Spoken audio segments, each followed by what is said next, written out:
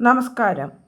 ഇന്ന് നമ്മൾ നോക്കാൻ പോകുന്നത് നിങ്ങൾ ഏത് ആത്മീയ യാത്രയിലാണ് ഇപ്പോൾ പോയിക്കൊണ്ടിരിക്കുന്നത് എന്ന് ചോദിച്ചപ്പോൾ 2 കാർഡുകളാണ് ഓഷോ സെന്നിൽ നിന്ന് കിട്ടിയത്.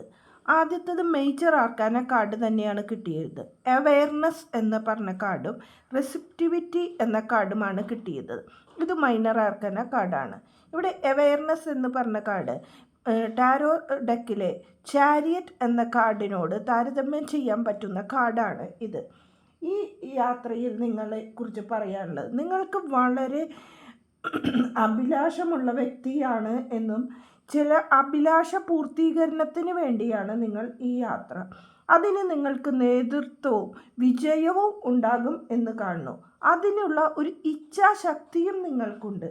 നിങ്ങൾ അതിൽ യഥാർത്ഥ ലക്ഷ്യത്തോടു കൂടി പ്രവർത്തിക്കുകയാണെങ്കിൽ ഈ യാത്രയിൽ നിങ്ങൾക്ക് വിജയം നേടാൻ പറ്റും എന്നാണ് പറയുന്നത്. ഇതൊരു പുതിയ യാത്രയുടെ തുടക്കമാണ്. പാസ്റ്റിലുള്ളതെല്ലാം നമ്മൾ മാറ്റിവെച്ച് പുതിയതായ യാത്രയാണ് തുടങ്ങുന്നത്. ഈ യാത്രയിൽ നിങ്ങൾക്ക് സർഗാത്മകമായ പല കഴിവുകളും നിങ്ങൾക്ക് ഉണർത്തുവാനുണ്ട് എന്ന് കാണുന്നു.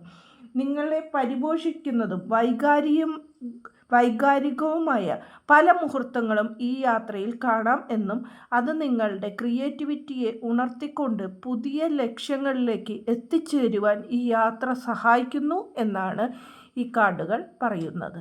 ഒരു നല്ല ദിനം ആശംസിക്കുന്നു. നന്ദി, നമസ്കാരം.